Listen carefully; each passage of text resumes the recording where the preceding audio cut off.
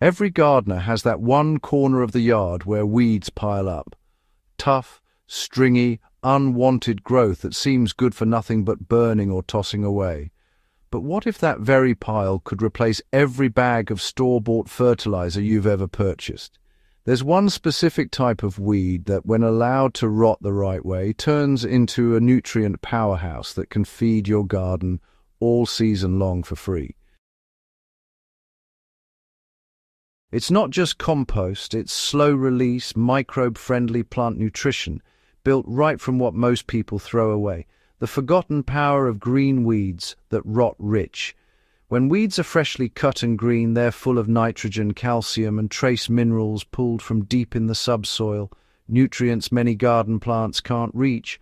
One of the best examples is stinging nettle, a weed that's hated for its sting, but valued by soil builders for its nutrient density. Once it starts to rot, it releases soluble nitrogen, potassium, magnesium, and even iron in a form that both plants and microbes can use instantly. Unlike dried weeds or woody debris, green weeds decompose quickly, breaking down into a dark, rich slurry that rivals any chemical fertilizer. When you throw these weeds into a pile, let them ferment and mix them with a small amount of brown carbon materials like dry leaves or shredded paper, you trigger a natural fermentation process. This releases ammonia and organic acids that, when aged a bit, become a slow-release liquid fertilizer. As the weeds and brown materials break down together, you're left with a potent homemade fertilizer that's easy to use and, honestly, costs nothing at all. This process transforms what most of us see as rubbish into one of the garden's most valuable resources. The trick is allowing it to rot, not dry out. Gardeners who let their weeds dry in the sun lose almost 60% of their nitrogen before it even reaches the soil.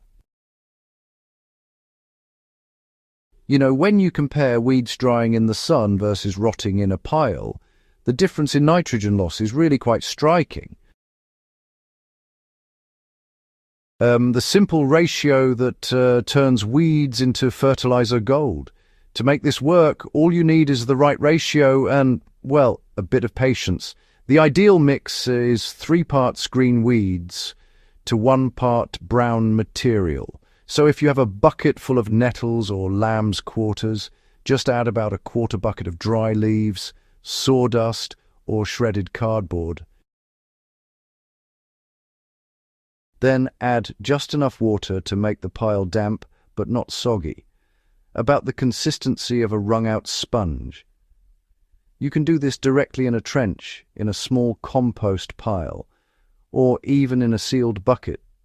When placed in a covered container, the weeds ferment rather than dry out, forming what's known as weed tea. Leave the mixture for 2 to 3 weeks, stirring it once a week to allow oxygen in. The result will be a strong, earthy-smelling liquid that can be diluted at a 1:10 ratio, 1 part liquid to 10 parts water, and poured around your garden beds. The leftover solids can be dug straight into the soil or placed under mulch as a slow-release amendment. If you'd rather avoid the smell of fermentation, there's a second way to use rotten weeds. Direct trench composting. Simply dig a trench about 10 inches deep between garden rows, fill it halfway with chopped weeds, then cover with soil. Within 2 to 4 weeks, depending on moisture and temperature, the material will have broken down into humus. So, with direct trench composting, you simply dig a trench, fill it up with weeds, and cover it over with soil. The microbial bloom in that trench will naturally spread outward, feeding nearby roots and improving soil texture. The microbial boost behind decomposing weeds is, well, quite remarkable. When weeds rot, they don't just feed plants, they feed soil life. The first to arrive are bacteria that consume the soft plant tissue and convert nitrogen into ammonium.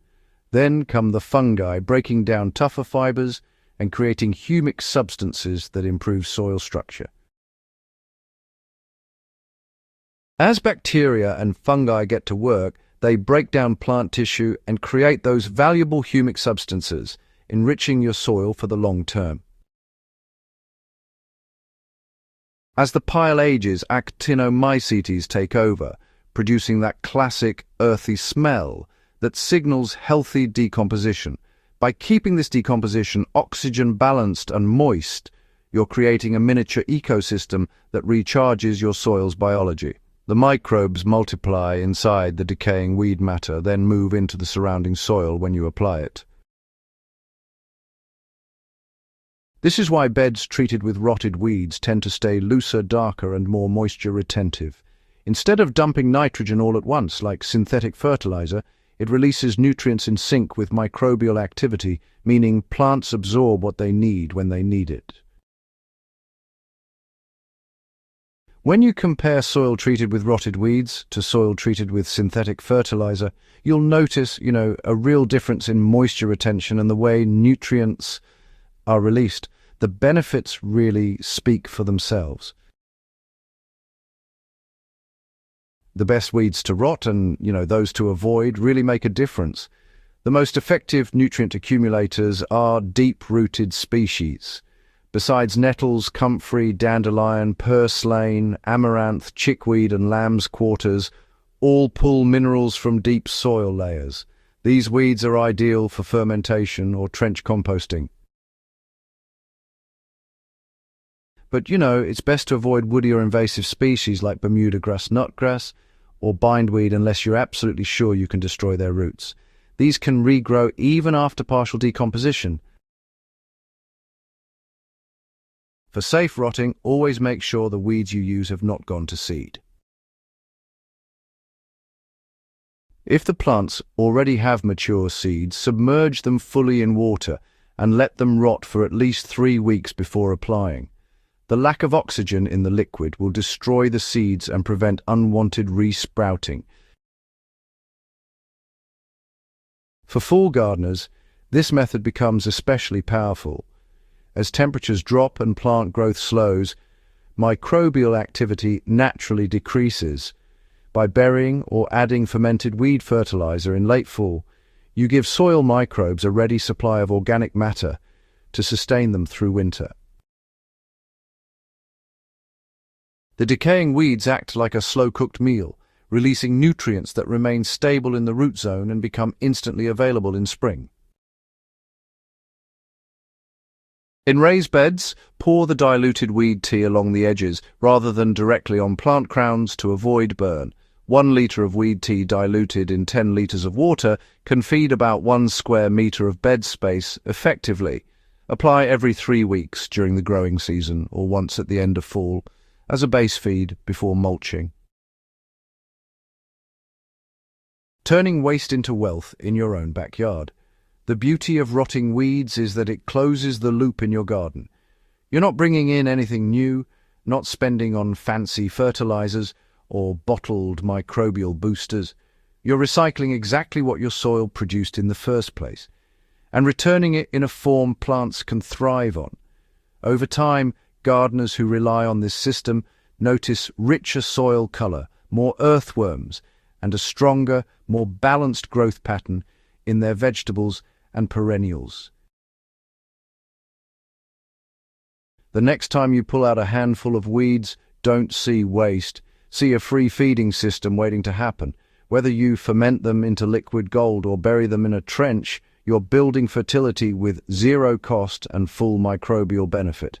For more practical soil wisdom like this, subscribe to Soil Doctor and share this guide with fellow gardeners who want results without the expense. Healthy soil isn't built from a store bag, it's built from what nature already gives for free. The next time you pull out a handful of weeds, don't see waste. See a free feeding system waiting to happen. Whether you ferment them into liquid gold or bury them in a trench, you're building fertility with zero cost and full microbial benefit.